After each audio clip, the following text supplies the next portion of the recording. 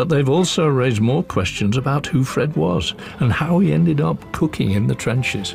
So Mark's going to meet someone who can fill in the blanks and give him a taste of frontline cooking. First World War trench life expert, Andy Robertshaw. Andy, nice to see you.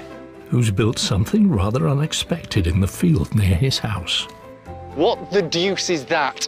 That is Hawthorne Trench, a replica of a trench system on the Somme that we've built for teaching. Can we go and have a look at it, please? I think so. Absolutely stunning. Over the course of the First World War, 1,500 miles of trenches were dug across the Western Front. Here in Kent, Andy's recreated a 200-metre section. You're stepping down now into my crawl. Okay, you have to watch your head as you come under here, and we're now actually in the British front line. Is it wrong to say that the little boy in me is very, very excited right now? Well, it's just astounding. Troops would have been stationed for up to a week in trenches just like these. Always at risk of gas attacks, shells and gunfire. This is where Fred, the battalion chef, would cook their meals. Seems like a tough question, but what have you been expected to fight to? They've got to be able to fire and throw grenades like everybody else. So you're a soldier first and a cook second? Absolutely. Fred's incredible photos give historians like Andy a unique insight into conditions on the front line. And having looked into Fred's story a little deeper, Andy's got some more information for Mark. He starts off as an infantryman. There he is with his rifle and everything else. And then one day, the company cook is killed. Someone says to him, "You, Private Brocklehurst, are now cook." But no training as a cook beforehand, just literally it's just thrust upon him, that responsibility. And just to show you how difficult it might be, I'll show you the sort of place he might have been working. Wonderful. Just 25 years old when he signed up, Fred was a Yorkshire lad born and bred, the middle child of 5. Like Mark, he was over 6 feet tall, not unnatural for the cramped conditions of a trench kitchen. So I'm spending my war doing this, If you want to stay alive, certainly, Yeah, absolutely.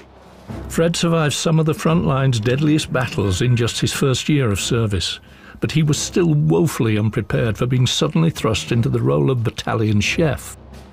And he's giving Mark a taste of what unexpectedly cooking in the trenches might have been like. Every day, the quartermasters behind the lines will send all the food for 6 blokes in one sandbag. You've got an open fire on which we've got our cooking pot, and then obviously we've got a bit of wrinkly tin over our heads to disperse the smoke. So that would draw attention to people. The Germans are looking for the smoke. Yeah. It could be that you walk away to get some ingredients, you come back and they put a shell right in your cookhouse. And very often you'd be cooking at night, but just to make sure you didn't have any smoke. Can you imagine the immense joy of preparing your ingredients in the dark? Yeah.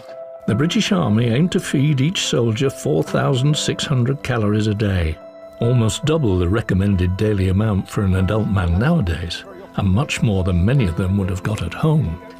But as Fred was to find out, that was easier said than done in conditions that were frequently appalling. So I mean, it's all very well here. We're in blazing sunshine.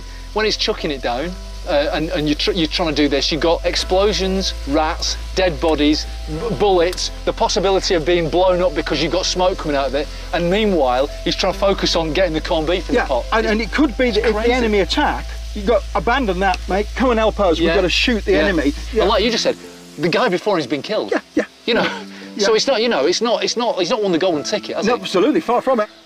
Yet Fred would still have tried to provide 3 square meals a day, every day, for his men. Have we reached the moment of truth? I think we have. Shall we have a go? Yeah. How much do you want? That'll do for me. Let's do it. Okay, ready? Let's go for it. Oh, you know what? What do you want? That's really quite good. That's going to warm you up, innit? Oh, Christ, it's nice. Yeah. Fred's incredible photo album gives a truly unique insight into the conditions of the front line. But creating that legacy wasn't without its dangers. The thing about it is that this photograph shouldn't exist. Why? You weren't allowed cameras.